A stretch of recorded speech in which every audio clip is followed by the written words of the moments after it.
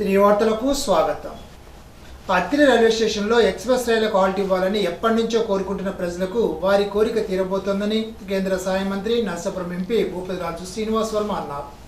పూరి తిరుపతి రైలుతో పాటు సర్కార్ ఎక్స్ప్రెస్ రైలుకు హాల్ పునఃప్రారంభ నేపథ్యంలో గురువారం అత్తిలిలో ఆయన పర్యటించారు. ఈ సందర్భంగా ఏర్పాటు చేసిన కార్యక్రమంలో మంత్రి శ్రీనివాస్ వర్మ మాట్లాడుతూ సమస్య ఎక్కడ ఉందో తెలుసుకుని పరిష్కారానికి కృషి చేయడానికి తనకు ఎమ్మెల్యే ఆర్మీ రాధాకృష్ణ ముందు వరుసలో ఉంటారని అన్నారు. ఇందుకు సంబంధించి అత్తిలిలో ఎక్స్ప్రెస్ రైలు హాల్ట్ కోరుతూ ఎన్నో పరిహారాలు వింతి పత్రాలు అందజేశారని గుర్తు చేశారు. ఎక్స్ప్రెస్ రైలుకు ఒక స్టేషన్లో హాల్ట్ ఇవ్వాలంటే సాధారణమైన విషయం కాదని అన్నారు. అయితే అత్తిలి ప్రాంత వ్యాపార సంబంధమైన ప్రాంతం కావడంతో ప్రాముఖ్యత ఏర్పడిందని అన్నారు.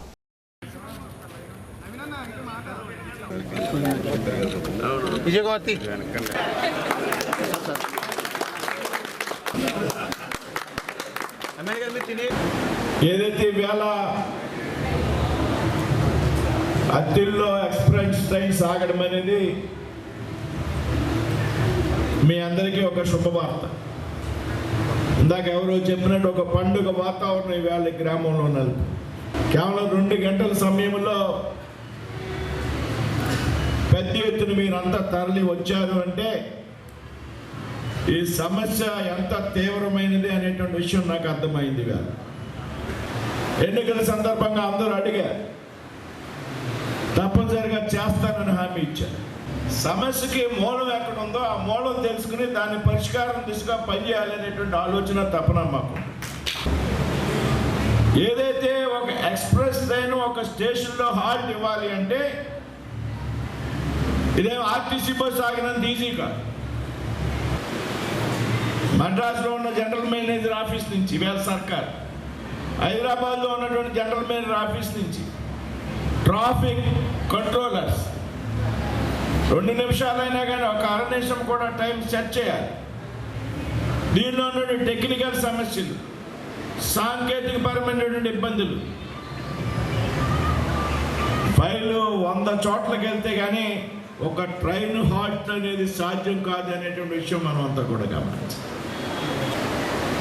ఆ విధంగా మనం ప్రయత్నం చేసి రాధాకృష్ణ గారు ఎప్పుడు ఢిల్లీ వచ్చినా ఈ అత్తిలి ట్రైన్స్ చాలా ప్రయారిటీ అయ్యండి. నాకు తెలుసు అత్తిలి యొక్క ప్రాముఖ్యత ప్రాధాన్యత నాకు తెలుసు. నేను ఈ ఏరియాలో పెరిగినటువంటి వాడిని. భీమవరం ఇక్కడ వర్తకులు ఉన్నారు, ఇక్కడ డిమాండ్ ఉంది కాబట్టి వారి యొక్క అవసరం నాకు తెలుసు. రాధాకృష్ణ గారు ముఖ్యంగా రైల్వే సమస్య అత్తిలికి సంబంధించి మనం శ్రద్ధ చూపాలని ఆయన పదే నేను కోరడం. 3 పార్టీల కార్యకర్తలు కావడం, చాలా సేవా సంస్థలు ఉన్నాయి, స్వచ్ఛంద సంఘాలు, ఈ హనుమాన్ జాగరణ సంస్థ వారు. కాబట్టి ఆ విధంగా చాలా సీరియస్గా ప్రయత్నం చేసిన మేము ఇవాళ 2 ఎక్స్ప్రెస్ ట్రైన్స్కి రాత్రి నాకు 10:30కి రైల్వే మినిస్టర్ పేషీ నుంచి, అంటే వాళ్ళు 10:30కి నాకు ఫోన్ చేసి చెప్పారంటే వాళ్ళు ఎంత వేధించి ఉంటాననేటువంటి సంగతి మీరు గమనించండి. ఫోన్ చేసి ఒక 3 రోజుల్లో నోటిఫికేషన్ ఇవ్వాలి. కొత్త హాల్ట్ వస్తుంది, నోటిఫికేషన్ ఇస్తాం, ఈ వారంలోనే ట్రైన్స్ అక్కడ ఆఫ్ చేయడం ప్రారంభిస్తాం అనేటువంటి విషయం రాత్రి నాకు ఫోన్ చేసి చెప్పడం జరిగింది. ఒకటి ఏదైతే పూరి తిరుపతి ఎక్స్ప్రెస్ ఉన్నదో, అదేవిధంగా తిరుపతి బిలాస్పూర్ ఎక్స్ప్రెస్ ఉంది. ఈ ట్రైన్ 2 పేర్లతో నడుస్తుంది. అదేవిధంగా సర్కార్ ఎక్స్ప్రెస్ పూర్వం చెన్నై నుంచి కాకినాడ వరకు ఉండేది, ఇప్పుడు అది చెంగల్పట్టు టు కాకినాడ. ఆ ఎక్స్ప్రెస్ హాల్ట్స్ కూడా ఒక 4-5 రోజుల్లోపే అత్తిలిలో ఆగడం ప్రారంభిస్తాయనేటువంటి విషయం చెప్పడానికి నాకు సంతోషం. తణుకు ఎమ్మెల్యే రాధాకృష్ణ మాట్లాడుతూ అత్తిలి పరిసర ప్రాంతాల్లో దాదాపు 40 గ్రామాలకు చెందిన ప్రజల సౌకర్యార్థం 2 ఎక్స్ప్రెస్ రైలు హాల్ట్ ఇవ్వడానికి కృషి చేసిన మంత్రి శ్రీనివాస్ వర్మకు కృతజ్ఞతలు తెలిపారు. వాణిజ్యపరంగా ఎక్కువ మంది వ్యాపారులు ఉన్న అత్తిలి రైల్వే స్టేషన్కు ప్రాధాన్యత ఉందని అన్నారు. కేంద్ర మంత్రిగా శ్రీనివాస్ వర్మ కారణంగా సాధించుకున్నామని తెలిపారు. ఈ సందర్భంగా మంత్రి శ్రీనివాస్ వర్మ ఎమ్మెల్యే రాధాకృష్ణను స్థానికులు ఘనంగా సత్కరించారు. కార్యక్రమంలో కూటమి నాయకులు, కార్యకర్తలు పాల్గొన్నారు.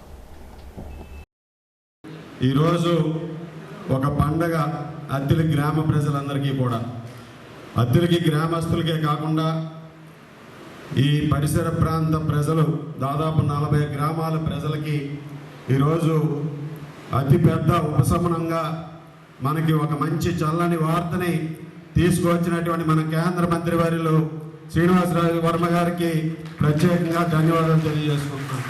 గత సంవత్సర కాలంగానూ కూడా నాకు కానీ ఆయనకి కానీ అద్దెలకి ఏదైనా సమస్య ఉందంటే ఈ ట్రైన్సే. కాలు బయట పెడితే ప్రజలు అడగడంతో పాటుగా మన నాయకులు కూడా ప్రతిరోజు ట్రైన్ ఎప్పుడు ఆగుతుందండి, మన ప్రభుత్వం ఉంది, కేంద్రంలో మన ప్రభుత్వం ఉంది, ఇక్కడ మన ప్రభుత్వం ఉంది, మీరు 1 నిమిషం 2 నిమిషాలే కదండి ఎందుకు ఆపట్లేదు అనే విధంగా. ఈరోజు కూడా ఉదయం బాబ్జీ గారు నా దగ్గరకు వచ్చి ఆ ట్రైన్ల సంగతి మాట్లాడిన ఎంపీ గారు దాన్ని ఫోన్ చేయండి ఇప్పుడు అని కూర్చున్నాడు. కానీ లోపు ఇటువంటి శుభవార్త రావడం చాలా సంతోషం. కేవలం ఈరోజు ప్రజాప్రతినిధులుగా మేమే కాకుండా ప్రజలే కాకుండా ఇక్కడ ఉన్నటువంటి సంస్థలు లయన్స్ క్లబ్ కానీ, అలాగే మానవతా కానీ, అలాగే ఛాంబర్ ఆఫ్ కామర్స్ కానీ, అలాగే హనుమాన్ శక్తి జాగరణ వంటి సంస్థలు కానీ ఎంతవరకు ఈ సెంటిమెంట్ వెళ్ళిందంటే మన సుబ్రహ్మణ్యేశ్వర స్వామికి మాల వేసుకుని వినతిపత్రం సమర్పించారండి ఇక ట్రైన్ ఆగాలని. రీసెంట్గా అంత సెంటిమెంటుతో కూడుకున్నటువంటి విషయంగా ఇక ట్రైన్ ఇష్యూ తయారైంది. కాబట్టి ఈరోజు గత సంవత్సర కాలంగా కూడా నేను మంత్రివర్యులు కూడా చాలాసార్లు మాట్లాడుకున్నాం. దీని మీద ఆయన నిరంతరం కూడా ప్రభుత్వం అధికారంలోకి వచ్చినప్పటి నుంచి కూడా మంత్రిగా బాధ్యతలు చేపట్టినప్పటి నుంచి కూడా దీని మీద రైల్వే అధికారులతో ఎప్పటికప్పుడు చర్చలు జరుపుతూ ఇక్కడ ఉన్నటువంటి ముఖ్యంగా ఇక్కడ ఉన్న అవసరాన్ని గుర్తించి ఇక్కడ ట్రైన్ హాల్ట్ని ఏర్పరచాలనే విధంగా ఆయన చేసినటువంటి కృషిని నాకు తెలుసు, ఆయన పడినటువంటి కష్టం. ఎందుకంటే ఈ ట్రైన్స్ ఆగాలంటే 1 నిమిషం 2 నిమిషాలుగానే మనకు కనిపిస్తుంది. కానీ వాళ్ళందరూ కూడా రైల్వేలో పైనుంచి కింద వరకు కూడా ఆ చార్ట్స్ టైమింగ్స్ అన్నీ కూడా మార్చుకోవడానికి చాలా ఎక్సర్సైజ్ చేయాల్సినటువంటి అవసరం ఉంది. ఆ విధంగా మంత్రి గారు కంటిన్యూస్గా అధికారులతో చర్చలు జరిపి ఈరోజు ఇది సాధించుకోవడానికి ఆయన చేసినటువంటి కృషిని కూడా మనందరం కూడా గుర్తుపెట్టుకోవాల్సినటువంటి అవసరం ఉంది. అత్తిలి మండలం ఆరువిల్లిలో గల శ్రీ వరసిద్ధి వినాయక స్వామివారి ఆలయం వద్ద నెలకొల్పిన గణపతి ప్రతిమను గురువారం నిమజ్జనం చేశారు. మేళతాళాలతో గ్రామంలో ఊరేగింపు ఉత్సవాన్ని జరిపారు. ఉత్సవ కమిటీ సభ్యులు, భక్తులు పాల్గొన్నారు. లయన్స్ క్లబ్ గణపవరం సభ్యులచే international 3rd vice president NRC lion V Vijay Kumar Raju 63వ జన్మదినోత్సవం సందర్భంగా బోనపల్లిలో మంచినీటి చెరువు చుట్టూ 62 కొబ్బరి మొక్కలు టీ గార్డులతో నాటారు. కార్యక్రమంలో ఈపూరి సత్యనారాయణ, వెల్లంకి నరేష్, అధ్యక్షులు రవిబాబు, కార్యదర్శి కె సత్యనారాయణమూర్తి, రావు నాగరాజు, రవికుమార్, విశారద క్లబ్ సభ్యులు పాల్గొన్నారు. వృత్తిలోకెల్లా అతి ముఖ్యమైన వృత్తి ఉపాధ్యాయ వృత్తి అని ఉండి Lions club president doctor Gadiraju Rangaraju అన్నారు. మండల కేంద్రమైన ఉండి మెయిన్ స్కూల్లో ఉండి లయన్స్ క్లబ్ ఆధ్వర్యంలో గురు పూజోత్సవ వేడుకలు గురువారం నిర్వహించారు. ఈ సందర్భంగా ఉత్తమ సేవలు అందించిన 4 ఉపాధ్యాయులకు బెస్ట్ టీచర్ అవార్డులు, మెమోంటోలు, శాల్వాతో సత్కరించారు. క్లబ్ కార్యదర్శి పెనుమెచ్చ రంగ ప్రసాదరాజు మాట్లాడుతూ సమాజంలో ఉపాధ్యాయుల పాత్ర ఎనలేనిదని అన్నారు. క్లబ్ అడ్మినిస్ట్రేటర్ రుద్రరాజు నరసరాజు మాట్లాడుతూ గురువు ఔన్నత్యాన్ని వివరించారు. 2nd vice president Munduru Sivaramaraju Sarvepalli నేటి తరానికి స్ఫూర్తి ప్రదాత అని అన్నారు. దాత పూసపాటి వెంకటరాజు ఆర్థిక సహకారం అందించారు. చిట్టూరు ఎనట్రిటా, పెనుమెచ్చ అరుణ్ కుమారి, వద్రపు ప్రకాశ్రావు, కల్దిని రవివర్మలను ప్రశంసాపత్రం, మెమోంటోలతో, సాలువా, డైరీ, గొడుగుతో, కానుకలతో సత్కరించారు. క్లబ్ సభ్యులు కనిగంటి రూత్కళ, సత్య బ్రహ్మారెడ్డి, కాగిత మహంకాళి, ముద్రా సుబ్బరాజు, గాజురా సుబ్రహ్మణ్యరాజు, ప్రధానోపాధ్యాయులు విమలాబాయమ్మ, దాస లక్ష్మి, ఉపాధ్యాయ లక్ష్మి, మీనాక్షి, తేజ తదితరులు పాల్గొన్నారు. గురువారం వీరవాసరంలో శ్రీనివాస ట్రేడర్స్, సాయిలక్ష్మి ఫెర్టిలైజర్స్, ప్రాథమిక వ్యవసాయ సహకార పరపతి సంఘాలకు సంబంధించిన గొడవలను జిల్లా జాయింట్ కలెక్టర్ టి రాల్కుమార్ రెడ్డి ఆకస్మికంగా తనిఖీ చేశారు. యూరియా నిల్వలను సంబంధించిన స్టాక్ లిస్టులను పరిశీలించారు. ఈ సందర్భంగా ఆయన మాట్లాడుతూ జిల్లాలో ఎరువుల కొరత లేదు, సరిపడంత నిల్వలు సొసైటీ అందుబాటులో ఉంచడం జరిగిందని అన్నారు. రైతులతో మాట్లాడారు. రైతులు ఎవరు ఆందోళన చెందవద్దని, పీసీఎస్లో అవసరమైన యూరియా అందుబాటులో ఉంచడం జరిగిందని తెలిపారు. గత సార్వా పంటలో ఎంత యూరియా అయితే అవసరమైందో ప్రస్తుతం కూడా అంతే నిల్వలు ఉంచడం జరిగిందని అన్నారు. ఎవరైనా ఎరువుల అమ్మకాల్లో ప్రభుత్వ నియమాలను పాటించకుండా ఉంటే వారిపై చర్యలు తీసుకోవడం జరుగుతుందని జిల్లా జాయింట్ కలెక్టర్ టి రావుకుమార్ రెడ్డి హెచ్చరించారు. ఈ సందర్భంగా జిల్లా వ్యవసాయ శాఖ అధికారి జెడ్ వెంకటేశ్వరరావు, తహసీల్దార్ రామాంజనేయులు, మండల వ్యవసాయ శాఖ అధికారి బిఎస్సి బాబు, సిబ్బంది, రైతులు తదితరులు పాల్గొన్నారు. రోడ్డు ప్రక్కన ఆక్రమణల తొలగింపులో భాగంగా ఇల్లు కోల్పోయి అర్హత కలిగి ఉన్న ప్రతి నిరుపేదకు ఇళ్ల స్థలాలు అందిస్తామని బొండాడ సర్పంచ్ మన్య వరలక్ష్మి నాగరాజు అన్నారు. గురువారం బొండాడలో అన్యాక్రాంతమైన ప్రభుత్వ స్థలాలను స్థానిక రెవెన్యూ సర్వే అధికారుల సమక్షంలో గుర్తించి పరిశీలించారు. ఈ సందర్భంగా ఆయన మాట్లాడుతూ డిప్యూటీ స్పీకర్ ఉండి ఎమ్మెల్యే రఘురామకృష్ణంరాజు ఆదేశాల మేరకు ఇల్లు కోల్పోయిన ప్రతి ఒక్కరికి స్థలాలు అందించే పనిలో నిమగ్నమయ్యామని అన్నారు.